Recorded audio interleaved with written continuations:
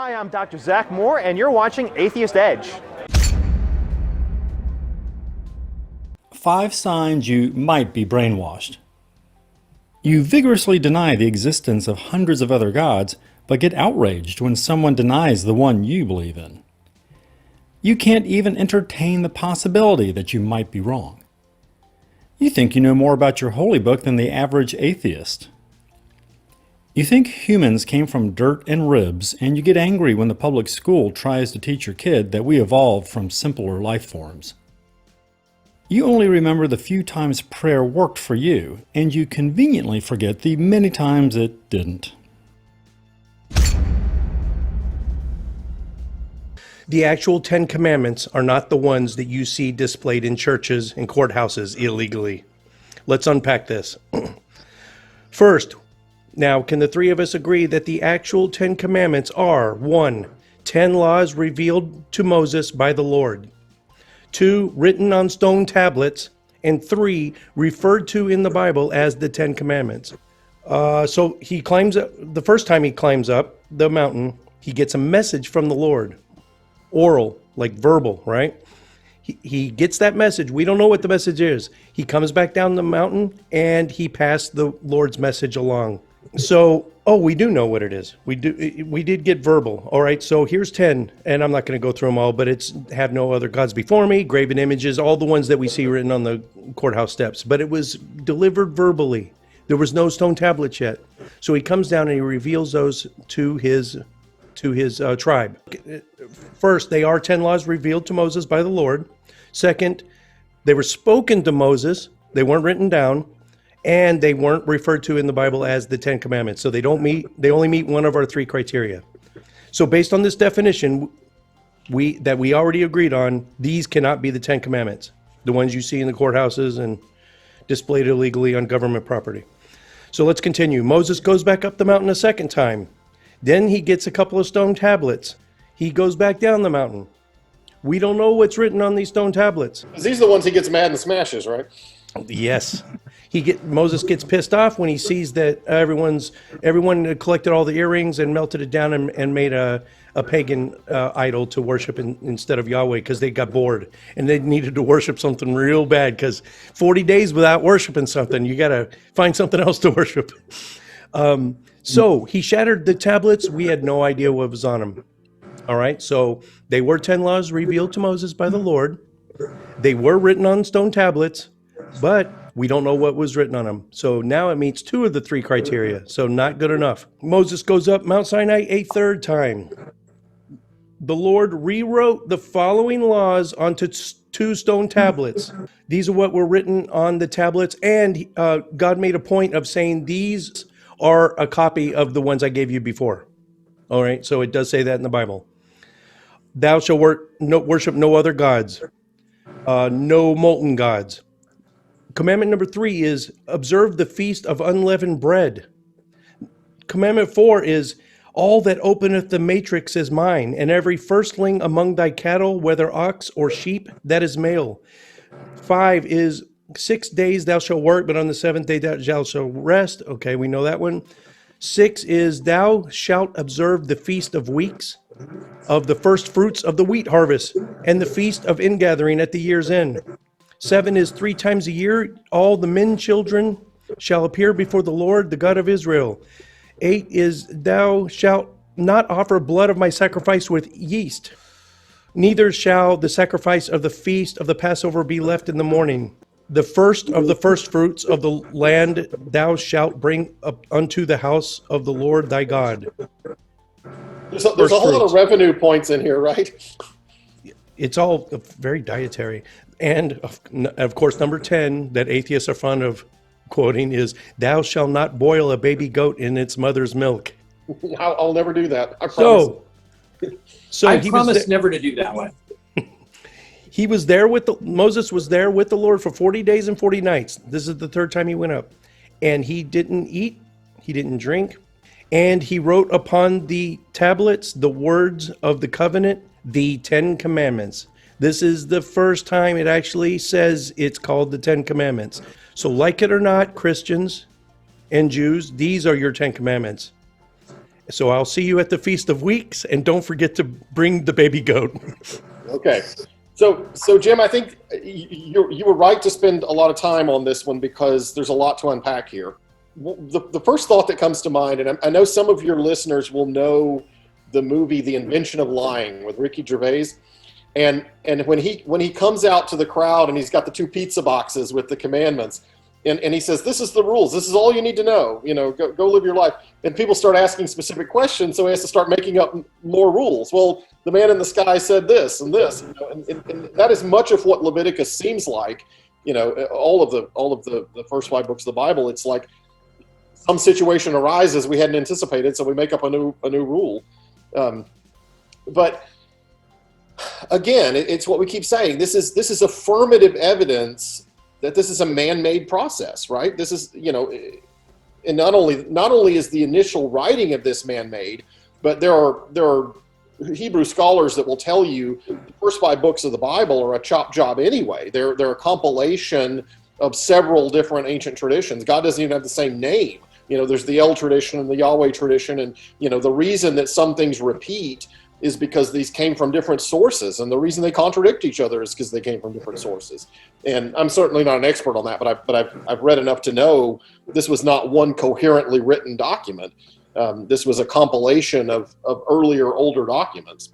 The thing is, why do Christians never notice this? Well, they never notice this because they don't read the Bible, and they certainly don't read the Old Testament. I'm not an Old Testament scholar. I've spent most of my time studying New Testament, but I am aware modern scholarship, when it looks at the Old Testament, identifies basically 4 authors and then a redactor who goes and tries to a 5th person who is going and trying to merge these stories together and edit and splice. Anyway, I won't go into detail on that, but it's not surprising when modern scholarship does the textual analysis and can come back and say, we clearly detect the influence of 5 people, 4 of whom were primary voices, plus a redactor who is editing and adding commentary when necessary to splice stories. It's not at all surprising that we look at the document and find inconsistencies. I grew up in a denomination that would argue that the Bible was written with one single coherent voice, that God was the author of every word in the Bible, and that it was irrelevant who was writing those words down. The author was God. Mm-hmm. But when that's what the fundamentalists will tell you. Right. Modern textual analysis begs to differ with that. Obviously, that's not true. But it's harder and harder for Christians to kind of stake out ground claiming a literal view, and we can see those things at work. But Yeah. Owen, I think you're inferring that maybe somewhere between Exodus 19 and Exodus, let's say 34, the end of 34, that the J, E, D, and P, that the author switched, and then that's why we have this discrepancy. Is that what you're saying? I'm not a scholar here, but I would argue that is one obvious explanation for inconsistencies, is that different authors were having their work merged together, and that. And I don't know, in the specific instance you raised, I don't know if that's what's going on here. Yeah, I don't know that or not. But it certainly wouldn't be the first or the last instance of contradictions in the Old Testament. Right. The only ones who would want to come back to earth after seeing heaven are the martyrs, just so they could blow themselves up again. As the prophet said, nobody who dies and finds good from Allah in the hereafter would wish to come back to this world even if he were given the whole world and whatever is in it, except the martyr who, on seeing the superiority of martyrdom, would like to come back to the world and get killed again in Allah's cause. All right, so this is from the Hadith, not from the Quran, and this is, as I understand it, again, I don't have a background in Islam. I was never a Muslim. I never studied Islam, but as my understanding is, as a layperson, the Hadith are a secondary collection of stories, either about the Prophet Muhammad or concerning the Prophet Muhammad, or tangentially related to things that the Prophet Muhammad may have done. It is not considered as canonical as the Quran. Well, and different groups of Muslims, different denominations will have their own sort of collections of hadith that have been collected over the years. This particular one comes from Sahih al-Bukhari, who is I believe one of the most well-respected sources of hadith in the Sunni tradition. So this is one of the most popular collections of hadith in one of the most popular denominations of Islam. So that's not to say that it carries the same weight as the Quran, but it is something. So what is this actually getting at? What is being talked about here? The idea that so you've got sort of this bizarre statement that if you do good and you go to heaven, then heaven is so wonderful. Heaven is there's so much good there. The experience is so superlative, let's say, that nobody would ever want to trade heaven for a return trip to Earth, right? So nobody would want to be reincarnated. Nobody would want a second go around. Nobody would want a second chance, a second shot, right? So the premise of tons of movies from like the 1980s where people do just that, they come back to Earth from heaven and give it a second shot. They have to right some wrong, or make somebody fall in love with them that they weren't able to make fall in love with them the first time. None of that matters once you get to heaven, because heaven is so wonderful that frankly nobody has any stake at all in returning to an earthly existence. And this is actually something that is in common with Christianity, right? So the way that Christianity portrays heaven, it is a perfect state of being. You are sort of in perfect communion with God in heaven in a way that you can't get on earth, right? In an earthly existence, before you've shuffled off the mortal coil. You can't have here what you can have in heaven. So you'd never want to come back, right? So even I believe this was Tertullian, I could be wrong about this, but one of the church fathers said that so wonderful is the existence in heaven, that even the screams and cries of people in hell, which apparently you can hear from heaven, and even seeing the horror and the torture and all the awfulness that goes on in hell, won't diminish your experience in heaven. In fact, it'll probably increase it, right? So it'll actually bring pleasure to your ears to hear the screams of the damned in hell. So wonderful is heaven, right? So this is the point. Heaven is so great, you just can't even believe it. But this hadith suggests that, well, yes, heaven is really great, but martyrdom is even greater. So it's not to say that it's not really to diminish heaven, but it's really to promote this idea that martyrdom is the sort of the quintessential experience of being. And martyring yourself, or allowing yourself to get martyred in the cause of Allah, in the cause of God, is the absolute pinnacle of experience. So much so that it transcends even existence in heaven, which that's a tall ticket, right? To get beyond how good it is in heaven, that takes a lot of doing. But according to this, martyrdom actually does that.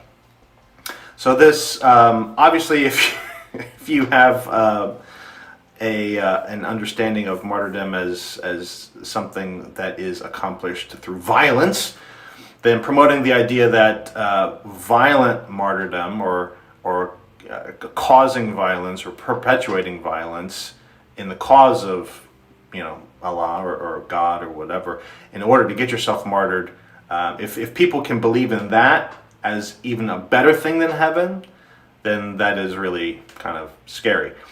And it is. That being said, this is a hadith. I don't know how many Muslims take this literally. Like, they might think, oh yeah, well, martyrdom it's a good thing. But you don't exactly see everyone lining up to do this because they literally believe that being a martyr is better than being heaven. There are some, and some is too many. But the same idea really exists in Christianity, right? So Christianity has that same reverence for martyrdom. Christianity extols the virtues of martyrdom, especially in the early days. Most of the sort of legends and stories that we have of the early church that tell us about the martyrs and all the various people, the saints and the church fathers and mothers who were martyred, are told in a way that glorifies them and presents their martyrdom, their sacrifice, as something that is that does sort of transcend them beyond just the average believer. And that's why so many of these martyrs became saints, and also vice versa, why so many of the saints became saints, because they were martyred, right? So becoming a martyr and dying for your faith in Christianity too is not exactly a one-way ticket, express, no stops, to heaven, but it gets you there a little faster, and it gets you a little bit more recognition, and it gets your name on a day, Saints' Day, that people will remember you for. There's a really interesting book, if anybody's interested in sort of exploring more about this topic of martyrdom within the Christian tradition. It's called The Myth of Persecution by Candida Moss. At the time she was a professor of New Testament at Notre Dame. I think she just moved institutions. But she's written a number of really fantastic books, and this one, again, The Myth of Persecution by Candida Moss, really goes into all this history of the glorification of martyrdom within Christianity, and it looks a lot like what is being presented here within Islam, which is not a big surprise considering there was a lot of interplay between Christianity and Islam got a lot of ideas from early Christianity as well. Just one other thing to add, just in thinking of the early Christian martyrs, there was a sect of Christian martyrs that were called the Circumcillions. They existed in northern Africa, and they were, even the Christians at the time thought that they were kind of weird and did their best to try to marginalize them. They definitely did not represent the mainstream, but they did exist.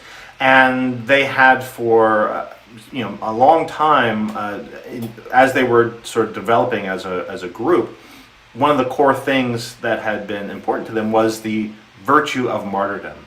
And as long as Christianity was not a recognized religion, and Christians didn't have all the privileges that they eventually came to get, it was pretty easy for them to find the martyrdom that they were seeking, because all they had to do was sort of annoy other people with their Christianity and sort of try to shove it down people's throats, sometimes literally. And then they would get a pushback, and they would interpret that as being martyred, which is pretty much what happens now, especially in America, with fundamentalist Christians who don't have as much power as they used to have, and so feel like they're in the minority. So they do as much as they possibly can to shove their religion down people's throats, and then when there is pushback, they claim, oh no, I'm being martyred, I'm being persecuted. Well, what happened with the Circumcillions is kind of funny, because eventually Christianity became a dominant faith in that area.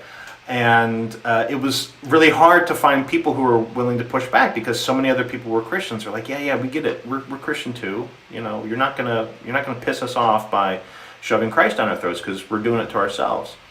And so the Circumcillions had to go to kind of great lengths in order to get martyred.